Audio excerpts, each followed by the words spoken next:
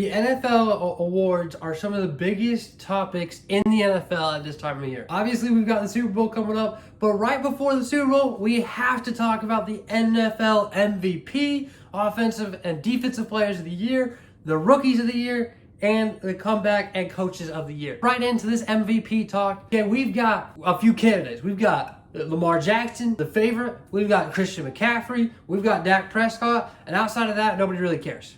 Okay, those are our three guys. And this is one of the weaker MVP classes in recent memory. It's not exciting. Lamar Jackson is the favorite to win it. He's not nearly as good as he was his MVP year. He had 10 more touchdowns, 1 less interception, more rushing touchdowns, a way better quarterback rating by like 20 points. His passing yards are down. I mean, everything is worse by quite a bit than his MVP season. Now, in that MVP season, he was the runaway clear favorite. This time, not the case. It's a little bit closer, but still, it's just so weak of an MVP class. Lamar Jackson's gonna win the MVP, right? Whether I like it, whether you like it or not, he's probably gonna win the MVP. He's the 15th in passing yards. He missed the one game at the end of the season due to they already clinched the number 1 seed, but he was 15th in the NFL in passing yards. That's crazy. It's not like he was super efficient. He only had 7 interceptions, which is a pretty good season. I mean, Dak only had 9, and he was 3rd in passing yards. The only case I can make for Lamar Jackson is obviously, A, they won more, which is huge, right? That's a huge telling factor. Getting the number 1 seed going into the playoffs, you're probably going to be the MVP. That, and he did have 2 less turnovers than Dak. That's it. And Lamar Jackson didn't have an elite wide receiver such as a CeeDee Lamb, okay, or a Tyreek Hill, Jalen Waddle, like Tua. We have a running back candidate, which I always think running backs get underappreciated. Christian McCaffrey only had didn't even hit 1,500 yards. He led the league in rushing, but he didn't hit 1,500 yards. And this is what's so crazy to me. It's just nobody stood out, really.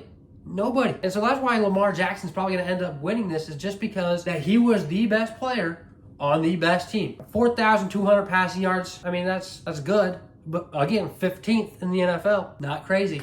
He did have a few more rushing yards than most quarterbacks in the NFL, but it wasn't his best rushing year either. Everything is down from his MVP season. The one thing I will attribute to Lamar Jackson is that if you watched, especially the Ravens at the beginning of the season when they were struggling, they were still trying to figure each other out, he lacked weapons. Okay, Mark Andrews was still Mark Andrews, but OBJ was new and not the Odell from the Giants or even the Browns. Zay Flowers had so many mistakes in the first few weeks that it was insane. There was a ton of drop balls leading and a lot of missed communications, wrong routes run, and that's what caused a couple of their losses. Christian McCaffrey is the next favorite.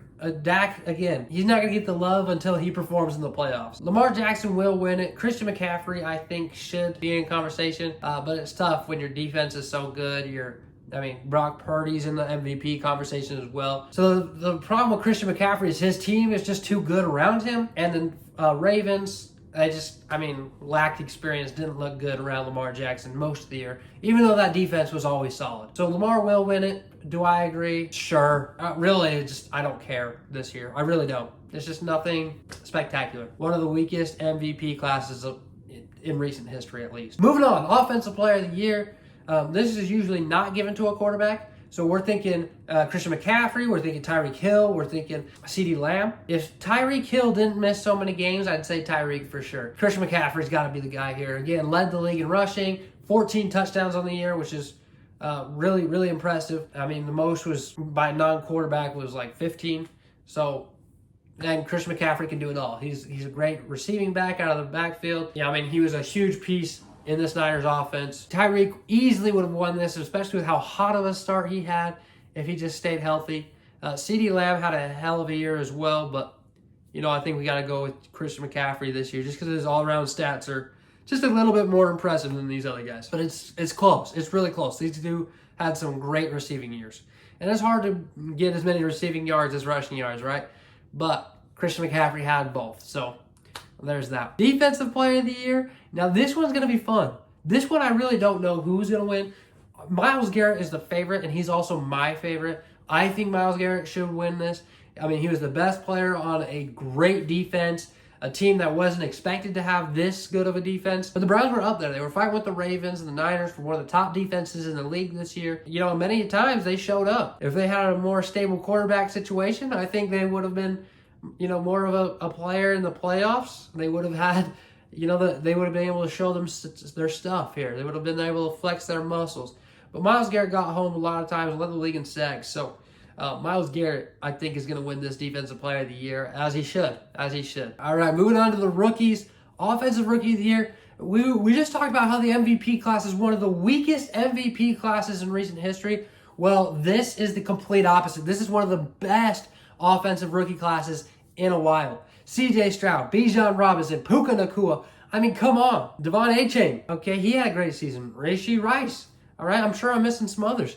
But these guys were so good this season. C.J. Stroud had himself in the MVP conversation for a minute.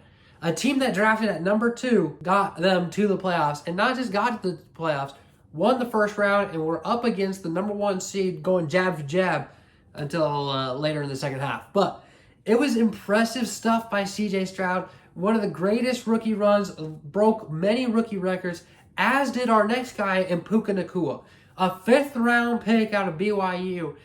Nobody expected him to get minutes, let alone breaking rookie records. Not only in the regular season, but in the postseason as well. Against the Lions. In his one game, he broke a single game receiving records for rookies in the playoffs.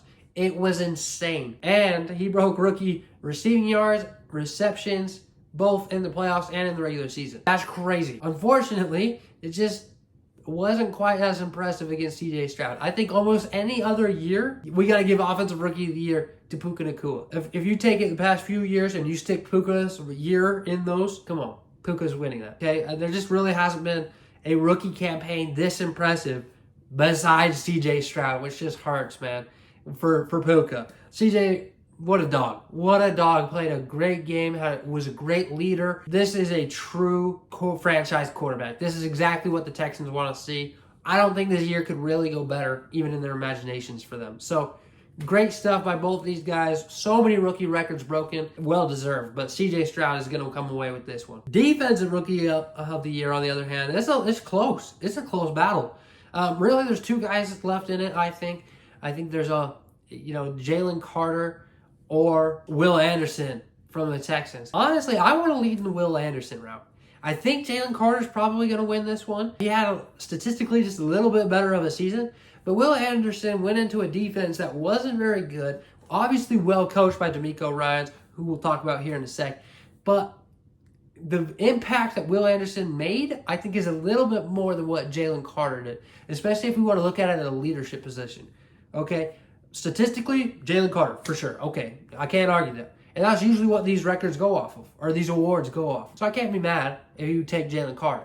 But in my books, you got to give it to Will Anderson. After what he did for the Texans, he made his presence felt in the playoffs as well, as far as he could. Made Joe Flacco's life tough. But it was a great defense led by the Texans. DeMeco Ryans, a lot of credit. Will Anderson, I think you got to give a ton of credit to. So for impact purposes, I go Will Anderson, but I think the people who actually have a vote, the people who actually matter, they're going to go with Jalen Carter. Comeback Player of the Year.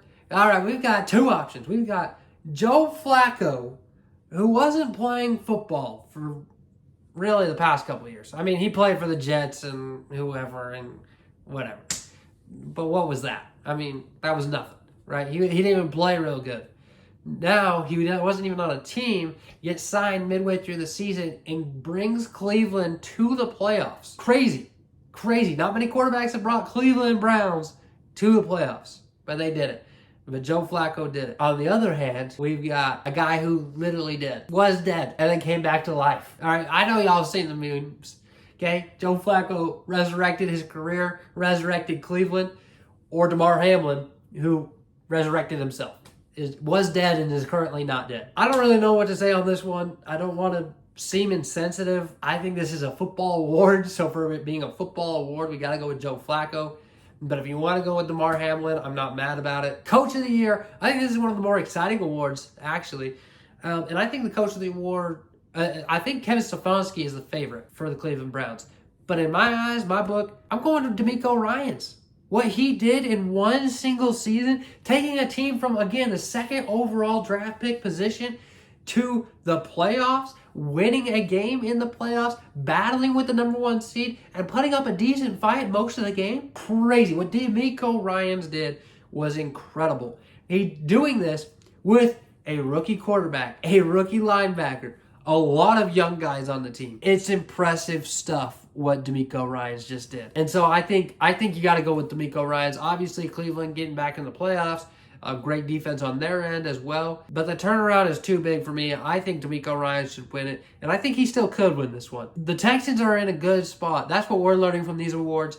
With my offensive rookie of the year, with my defensive rookie of the year, with my coach of the year, it must be real good to be a Texans fan. You got direction. You got light.